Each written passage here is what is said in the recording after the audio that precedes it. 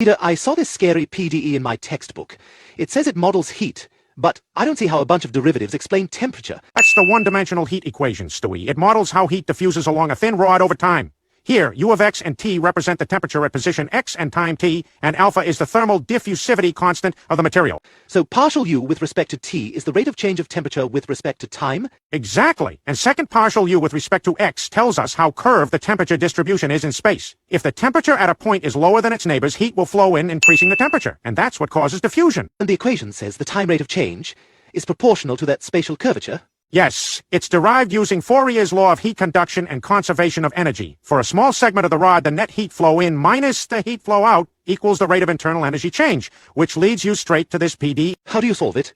Typically using separation of variables, assuming boundary conditions, like fixed temperatures at both ends, and an initial temperature profile, U of x and 0.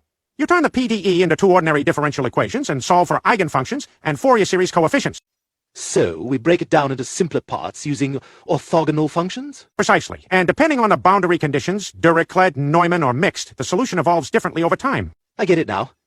It's like the math version of watching coffee cool down.